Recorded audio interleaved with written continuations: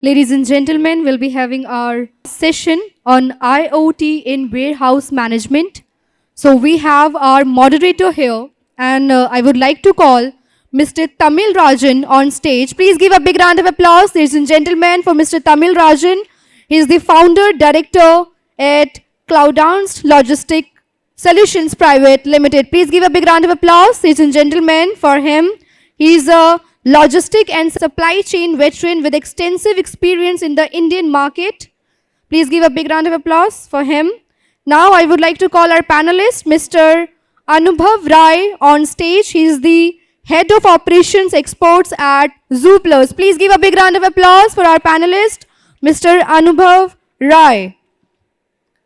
Now I would like to call Professor Manoj Choudhary on stage. He is the Vice Chancellor at Gati Shakti Vishwavidyalaya.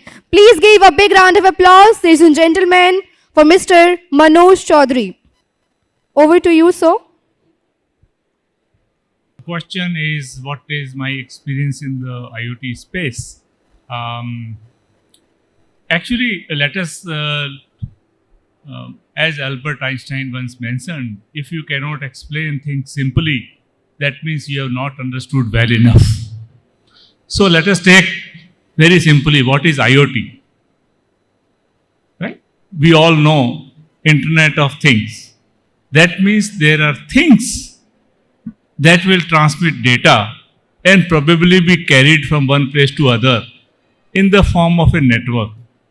Internet of Things, by the way, is a very old concept. In today's technology world, it is at least 15 years old concept. Today we talk even bigger things. We talk about intelligence of things. That is, things that produce data and what action can we do on that data. So coming to Internet of Things, my experience is when I was working in the corporate way back in 2013. As we know, these days everything is smart. It started, people talk about smart TV, smart watch, smartphone, smart home, smart cities, smart logistics. We don't know, right? So what is smart? That is where this whole concept of Internet of Things actually starts from. That is connected devices that talk to each other, possibly with a chance maybe to manage, control, or operate upon one of the device. So the first experience that I had in 2013 was I was working in Samsung, one of the largest electronics companies in the world. That is a leader in the smart TV space, that is a leader in the smartphone space, and so on. And Samsung was looking to build smart home solutions on how refrigerators, washing machines, vacuum cleaners, and so on can be connected. So that was my first experience on building a smart home protocol that is for Internet of Things. Second experience was the Samsung was looking to buy a company. That time was the age of the mergers and acquisitions in technology space, and ultimately what a company. That is why I am talking only a thing which is public thing, right? We acquired a company called Smart Things in US for $200 million.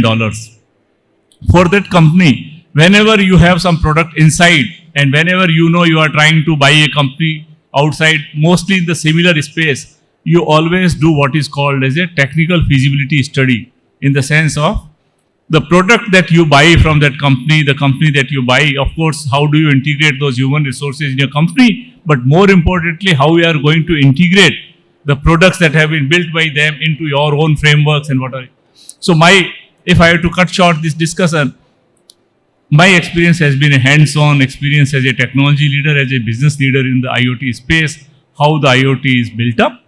And later on, IoT gained more framework with 5G as a technology, because three main use cases of 5G are, one is massive broadband connections, second is on massive machine type communications, which is the internet kind of thing, and third is a ultra reliable low latency communications for the smart sensor type of devices.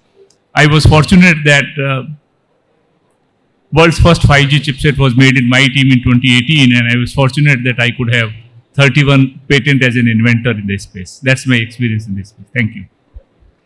Thank you. That was wonderful to start with. To hear what is called intelligence of things, not Internet of Things.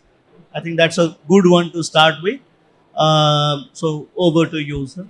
So first I would say, Mr. Choudhary, I think we all use smart things as an app on Samsung phone. I didn't know the history behind this, so thanks for letting us know that.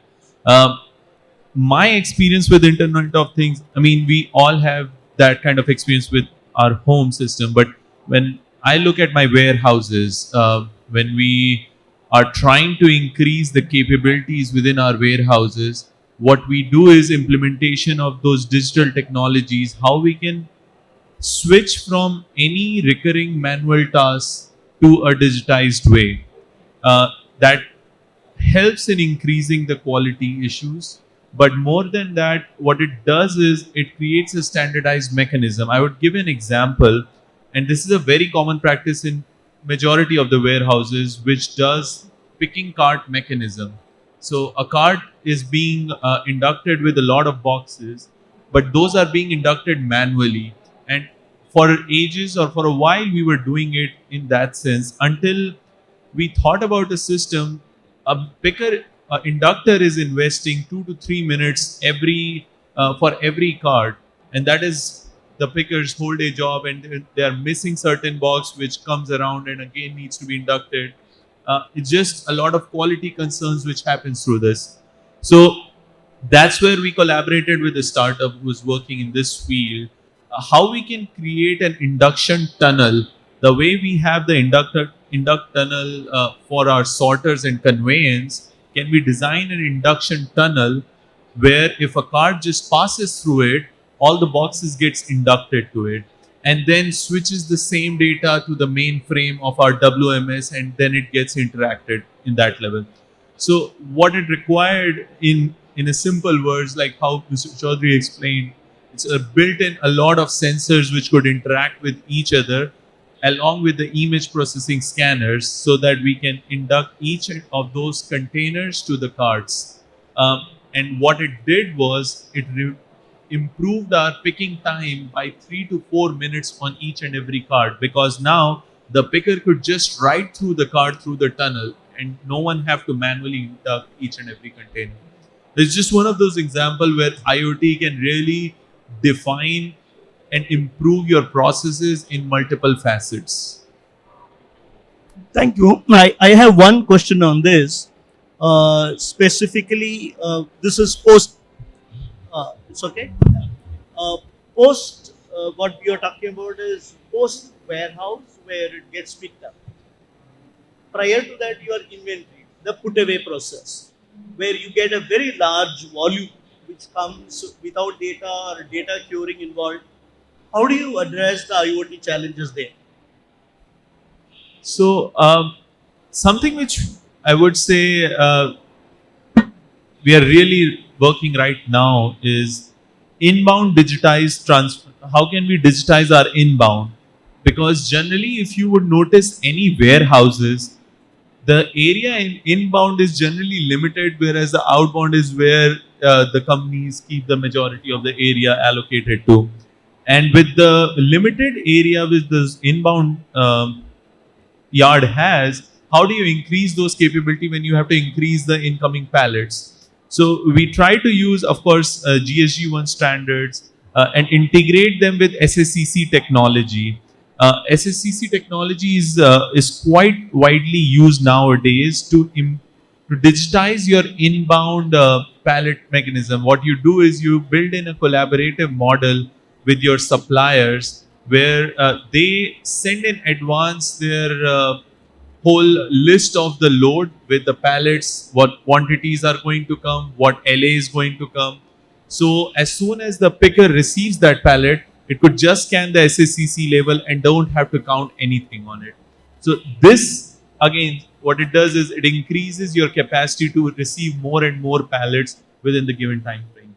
Yeah, thank you, thank you. That was one of the. I mean, that is one of the challenges which is faced by the e-commerce space today, a very large extent. Thank you. So, Mr. Choudhary, your view on this? I think when you talk about IoT in warehouse, right? First, first and the foremost thing about any IoT is what do you want to sense, right? Means what is the kind of data that you want to observe so that you want to take any decision based upon that. Ultimately, any form of IoT has a meaning only if the sensors that you are putting, whether those sensors are for checking the type of material, whether the sensors are for the quantity of materials, whether sensors are for the pressure, temperature in which that material is being kept. You can have any. So first and foremost thing is what kind of data you want to measure, and therefore you decide what type of sensors do you need. The first, therefore, as far as material is concerned, I think this is what you do. The second part is how do you store or retrieve, right? Some part of that I know people can talk about. We can also say track and trace. That is one of the oldest, still ongoing form of a technology. Then the form comes is how do you transfer the data from one place to other? Is another warehouse technology within warehouse, and what quantity. And as you know, today is the world when warehouse efficiency is determined by not by the size of the warehouse that you have, but how optimally you can use every inch of that. That means, in other words, that the efficiency that you try in the warehouse by having the right material at the right time, at the right quantity, in the right measure, everything has to be right if your warehouse efficiency has to be done rightly. And that right that I use everywhere can only be done when you have a data that is accurate coming from sensors, and the data which can be acted upon through many of the data analytics techniques, and an intelligence that I talked about, that you can make sense from the data that has come to you. You can have plenty of data in the world. You have billions of images in the world.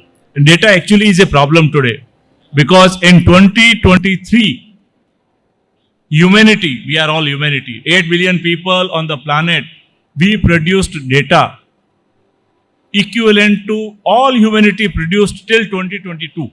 So 1 year itself, we have produced enough WhatsApp, all data, whatever we share here. So data is a problem today. Making sense of a data is extremely difficult. And that is where I talked to you in the beginning, intelligence of things. What is intelligence? Intelligence is basically, first you try to find out what you want to do. Then you cluster them, classify based on known patterns, classification algorithms. Then you try to make a reason based upon some reasoning on what action you want to take, and finally you take an action. In a simple words, AI is nothing but these 4 things. That is sense, cluster, classify them, reason them, and take an action based on the reason that you have in your mind. Therefore, if I have to summarize what I told, in warehouse management, every single aspects, whether material handling, storage, retrieving, transferring the data, and acquiring the material, start with how and what product goes out of the warehouse can be managed in IoT using this kind of steps. Thank you. And that makes a lot of sense, especially that you are sitting too much of data. Again, you create more data without even knowing what it is. So getting back to your original saying, intelligence of things. That's how we started. Thank you. So, ladies and gentlemen, we have our another speaker. He joined us a little bit late. So, for this, I would like to call our panelist, Mr. Neelesh, on stage. Please give a big round of applause, ladies and gentlemen, for Mr. Neelesh Chogule, Chairman and Managing Director at Cautomate. Please give a big round of applause for him, ladies and gentlemen. And I request Mr. Tamil Rajan to please take it forward. Thank you so much. Over to you, sir. Yeah, welcome, Mr. Neelesh. So we are just talking about the IoT of things, and so we would like to have your take on where you have applied your experience of that. Thank you. Yeah. Thank you for the invitation, sir. Firstly, this topic of IoT, and then when we speak of intralogistics and warehousing. So I will take with one of the examples which we are doing for Sundaram Fasteners Padi. Wherein it all started with understanding their business. So today, this subject has come to a question wherein it's not that like I'm getting one, material handling device. I say I want to run this vehicle, or I have some storage automation and just learn in isolation. It has come so serious as to understand the whole business operation and then plan their intralogistics with their ordering, planning against each machine, and then your warehousing. And as sir mentioned right now, that it is how optimum you have your warehousing done. So it is now gone to that extent wherein we have to understand the total business of the customer. Actually, indirectly, we are running the business when you speak of intralogistic and warehousing. And actually, that is triggering what kind of machine I should have. Typically, in our Indian scenario, customers have grown organically, and they're old machines, new machines, and they have layouts are quite complicated, not planned ahead. And now in that we have to manage the intra-logistics with intelligence as to see we get the data is accordingly analyzed, then we do the planning ahead. And somehow our experience is handling so many customers, we are saying planning is not there. It is then another challenge. And so we have to learn. I think that's where AI is going to help us. So this is wherein, when you speak of intra-logistics and warehousing, today it is this end-to-end business connect. That's how I have looked at. And of course, what sir mentioned about the sensing, the intelligence part of those all goes as in the back end. And the front end is becoming now, this subject has become to understand the business and the total offering from end to end. That's how I look at, sir.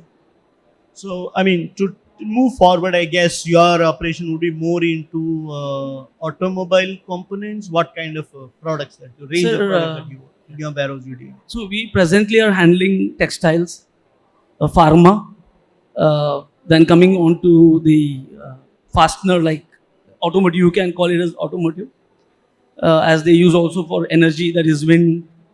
So, but where it is coming to is like, though we have AGVs, the automated guided for intralogistic, and sir mentioned about humans. We have so many humans who have that intelligence, still relatively for India, not expensive. Because there are a lot of requirements ahead for when I want to go for total automation unmanned. Whereas in the existing infra, if I have to add more value with smaller investment, I have to make best use of human. And that's wherein we have brought in a vehicle called as a ride-on vehicle, which is driven by human, but doesn't allow him or her to do any mistake. So traceability, accountability is in place as a assistance, and speed human is good. We can't apply US rules of driving here in India, wherein we touch each other and go, and and it works for us here. So that's wherein we have to make the best use of our resources here. So that's wherein it is coming to as an overall what is that is required, and we call it as humanomate, when human is part of the automate. I can't delink him from this in present scenario. That's what, sir. Yeah, that's very interesting. I mean, I have one interesting point when you talk about using human and automation together. I just want to throw this point to all of you and answer this. Good example is Uber. Uber driver is supposed to follow the map. Okay, they also have a system. If the driver is local, who is more well versed with the route, what he does is, as soon as the route, he goes and checks which way it goes, and then he takes an alternate way. And the Uber system detects it, it calculates, if the actual route that he has taken is faster than the original predicted route, it adds up. So that is called your augmented reality. So when we say either you compel people, you do exactly this way, otherwise you also use little of human intelligence. I'm talking about a driver level. How in your case of work, I really want to sound this, and in your experience you could have come across. Do we want to make people human more dumber by putting intelligent system, or we want to build a system along with humans so that it can enhance better, so we get more routes? That's the point. Please. So here in this case, it is a phenomenal wherein we are having 28 such vehicles running in the plant of 100 meters by 100 meters, and extension of another, 20 meter by 500 meters. 28 vehicles running, and as you mentioned, he is handling it manually today, and we are giving him assistance, and he has the machine number, route, how to go faster with that narrow, that intelligence inbuilt with him. So we are just empowering him in that. And as I just mentioned, we do not have a plan. We have to plan. So when we do that planning, and when it comes to the path of it, it is very complicated if I want to do the math of it and put. Rather, I tell him, you just run. That's what we are doing, sir. More practical. You just run. You know the way you run. We keep tracking it. So that makes sense for us. Or else, if I start defining it, it will take more time, and I think customer gives up. It needs a lot of patience for this to implement internally. That's what I would put it.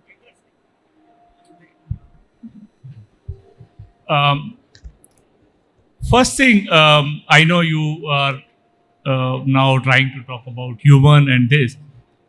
I have a strong belief, and I know many people are talking what will happen, what AI will do, and so on. Right? My first philosophy is that human ingenuity cannot make any system that human ingenuity cannot break. First and the foremost, it is an inner belief on what human beings can do and what can be. Every single thing that we talked about so far, this algorithm, that algorithm, it is all about logic. Logic can take you from place A to place B. Imagination can take you anywhere. And that is the realm between perception to imagination rather than quantifying is, I think, the answer to your question. No, I mean, I totally agree to all those statements. And just adding one line to what Sir said here is, I think human brain is the most complex AI model, and it outlasts itself and keep learning. But to your initial point in terms of, like, when we talk about any kind of technology implementation which we do, it needs the human feedback mechanism. So the more agile your implementation is, the better long lasting effect it will have. And you need to always implement a feedback loop to it.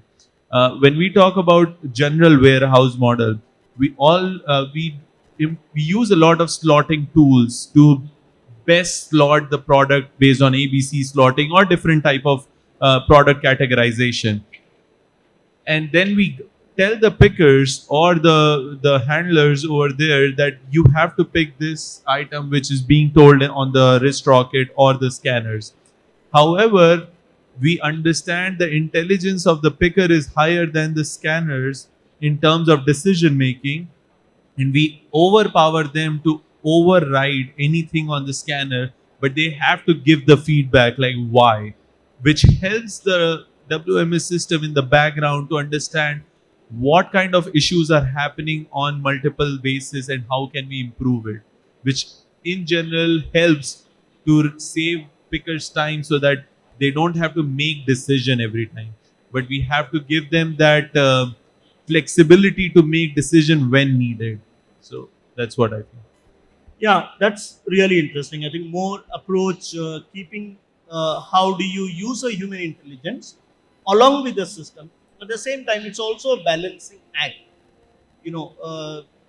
System guided activity ensures the control quality checks are maintained. so that everyone works in uniformity. At the same time, you got to draw a line to say where, including a human being, a person can point out, look, this can be better than this, and allow that person to perform the task. I think that is how you get your technology best of. Any other point would like to add? No, I think there can be a lot of philosophical debates on many of these aspects, right? But to the problem at hand, and the problem is we have a limited space in the warehouse. We have a large variety of materials that need to be handled, stored, retrieved, and put in quantity. And the kind of sensors we are going to put, and typically the problem that people talk in data analytics is, the problem with data analytics is that what we call classical 3V problem. There is a volume of data, there is a variety of data, there is veracity of data. How do you make sure there is an authentic data, a large number of data, and therefore you want to derive the fourth V out of that, that is value from the data and insight that you talked about. Therefore, in the context that we are talking about, we know we can always put a boundary condition, and this is what we are doing. And in that boundary condition, we want to see what data makes sense. Ultimately, we can have any problem of object recognition, and we can say what object are we trying to recognize. In this room, am I trying to deploy a system that will count the number of faces, or that will count the number of happy faces? So I can always go granular and ask that kind of a question. But I believe such tools are getting more and more available. And entire logistics sector, particularly warehouse, particularly intralogistics, is much more today about technology enablement rather than what we have done so far. So it is no more a numbers game, it is no more a data, it is what we can make sense out of the data. And that is where I believe entire intralogistics, warehouse, whole this space, you will see more and more startups coming which will use more concepts of AI, machine learning, data science into this. And that is where the role of many of the youngsters who are pursuing such kind of things are very important. Yeah, in fact, all your further layers in technology of AI, ML, the foundation starts from basic automation, which is IoT, which is intelligence of things. Then, like how you mentioned, the warehouses can be optimized, made more efficient through steps, and warehouse operation part, like what you have covered, basically the picker operations, the handling operations, all of that together, that makes a big difference. So, would like to request if you have point to add. Yes. When I'm working with customers, the basic challenge I face is most of the time they are not clear what they want. So that is the biggest thing, because there must be someone who has thought about it deeper and then saying that I want this. The problem starts for us here, and then we have to dig into their data of what has been the last year's kind of handling, and then based on that help them agree upon that this is what actually they exactly want. Then comes on the inefficiencies which are hidden most of the times, which require more space to store, because inefficiency occupies space which is not planned. So today's our challenge, I would see wherever I'm interacting more with customers, this is something not so open. So I think we are in that transition of, with data visibility more and more accountability, we will be better off, as I think it will take little time more, wherein this what is clear.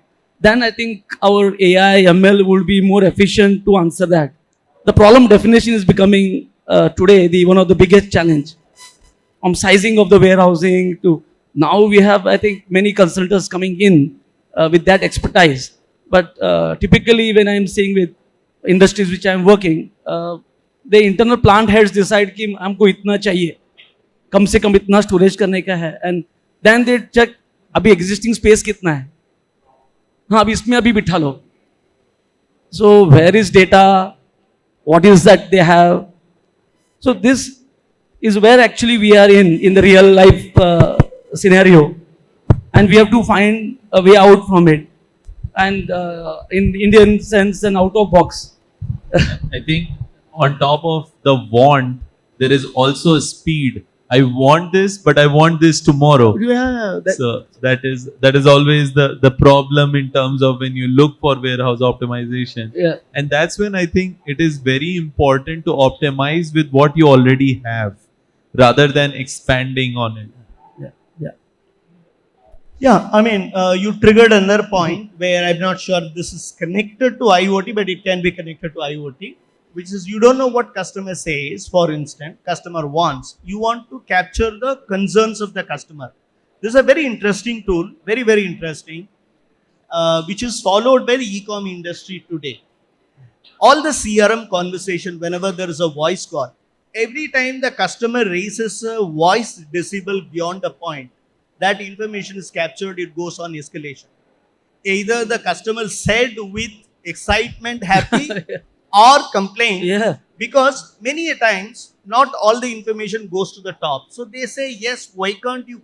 You are using again IoT, information capture on a voice call, and the decibel level raises, it gets escalated. Somebody is going to oversee and see, how even in the CRM, how this can be used. You may have something interesting to share. Actually, you are perhaps trying to bring me back in my memories. Around 12 years back, we were working on a system. A system, something similar to what you say, was to detect emotions. For example, if a consumer goes in a shopping market, he or she looks at this particular dress or that particular dress or this item or that item, his or her facial expression changes based upon whether he liked, he is happy, he is mixed, neutral, whatever. Similarly, the way a person speaks conveys lot of emotions, happiness, sad, laughter, angry, and so on. So what you talked about in terms of voice, actually there can many more things you can incorporate that within a warehouse, when a person touches something or does something, how his facial expressions or emotions are changing. And we call that as a multimodal expression, that you combine emotions on the face, facial expressions, whether you frown upon something, your eyes expression changes, you can make out. So every single thing is a big vision problem these days, machine vision, that is where we come. I believe many of these technologies, of course, can be used. Technologies are there to be used. Like medicines are to be taken. If there are medicines in the world, they are made so that when we have a problem, we take them. If technologies are made wherever we need, we must use them. But the problem comes is the cost of technology. Cost of technology, not in terms of dollar, cost in technology in terms of what we want to do vis-a-vis what technology is doing. You already talked about in this room, for example, we want to do something, so you will put some boundary conditions. For example, if we were to have a conference like this, one of the boundary conditions can be that external noise must be minimum. This boundary condition is not meeting, therefore our conference may not be effective. Right? Same is the case in a warehouse. You can put a boundary condition, and within that boundary condition, what technology can be deployed. That's interesting.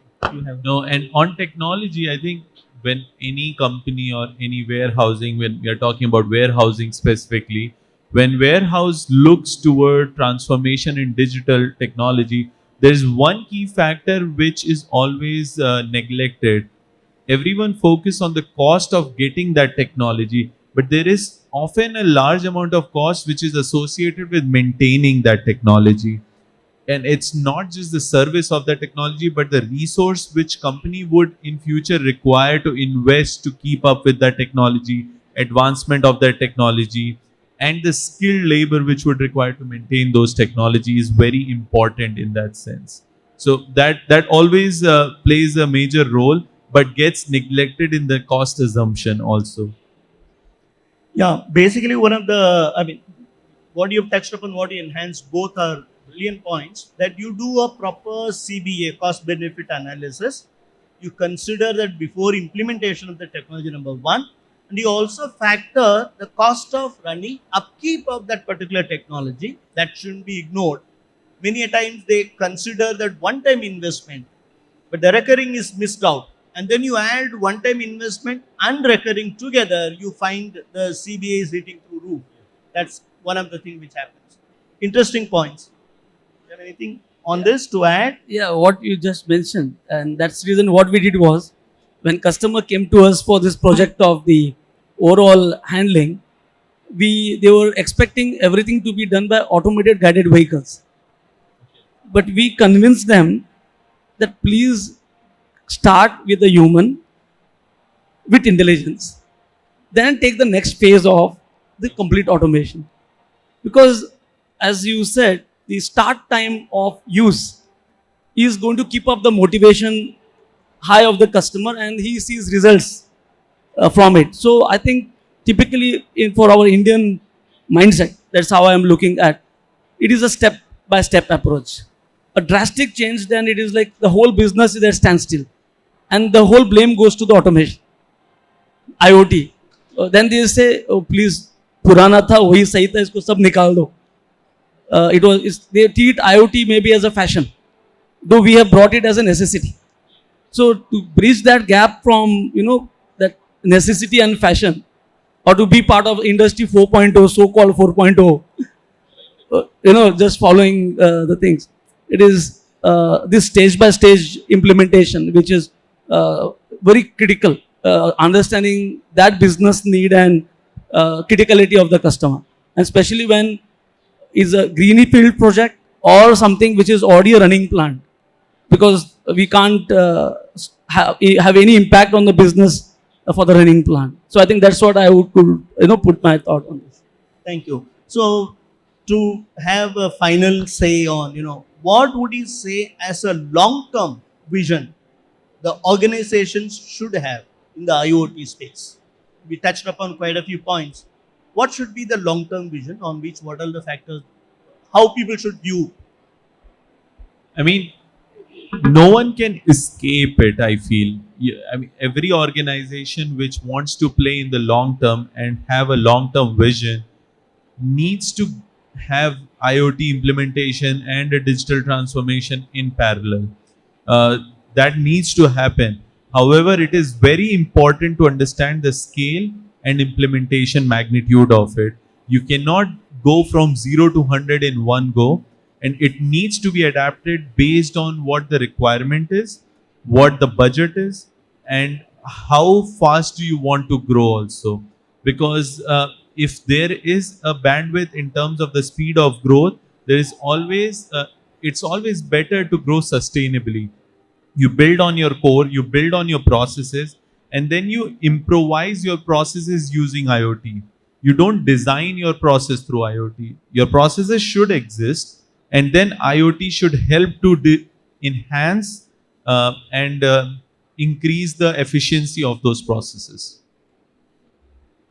Yeah, one thing I always say that we are all in 21st century, right? What is the meaning of 21st century? If I have to say only in 2 or 3 sentences that each one of us can relate, every single thing that we are doing today, whether in terms of social media, Facebook, WhatsApp, Instagram, whatever you consider, whether you are having a shared ride to home, Uber, Ola, whether you watch streaming videos, whether YouTube, Netflix, whatever online shopping you do, Amazon, every single thing is not only a 21st century product, they are made by a company born in 21st century.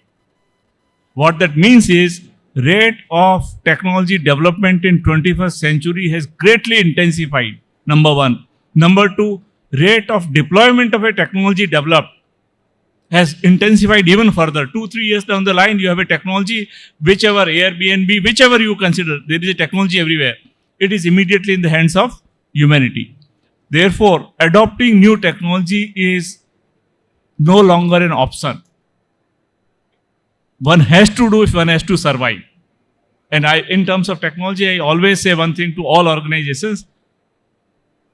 If we want something which we never had, then we have to do some things which we never did. So we have no choice. We can say AI is far away. No, nothing is far away. Whichever human being has imagined is there between us, before we can even realize it is there. So if we have to be economically competitive in the marketplace, adopting new technology, embracing it is the only way.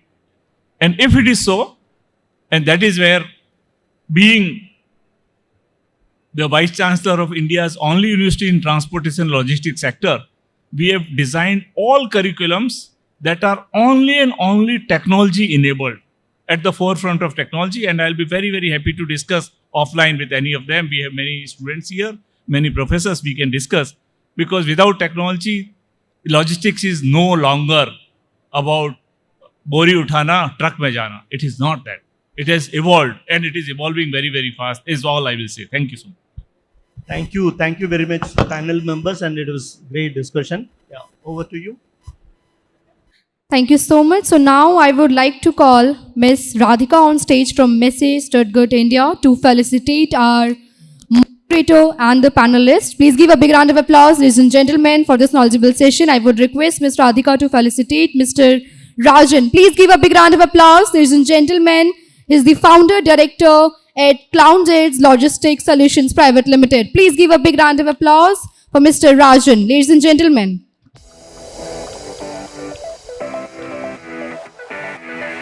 Mr. Chogule, Chairman and Managing Director. I would request Ms. Radhika to felicitate him, Mr. Chogule. Please give a big round of applause, ladies and gentlemen, for our moderator, Mr. Chogule. Professor Manoj Choudhary, Vice Chancellor at Gati Shakti Vishwavidyalaya. Please give a big round of applause, ladies and gentlemen, for Professor Choudhary. Mr. Anubhav Rai, Head of Operations Exports at Zooplus. Please give a big round of applause for Mr. Anubhav Rai. Please give a big round of applause, ladies and gentlemen, for this knowledgeable session, for our moderator and for our speakers. Thank you so much for joining us, and I request you to all to please stay on stage for the group photograph.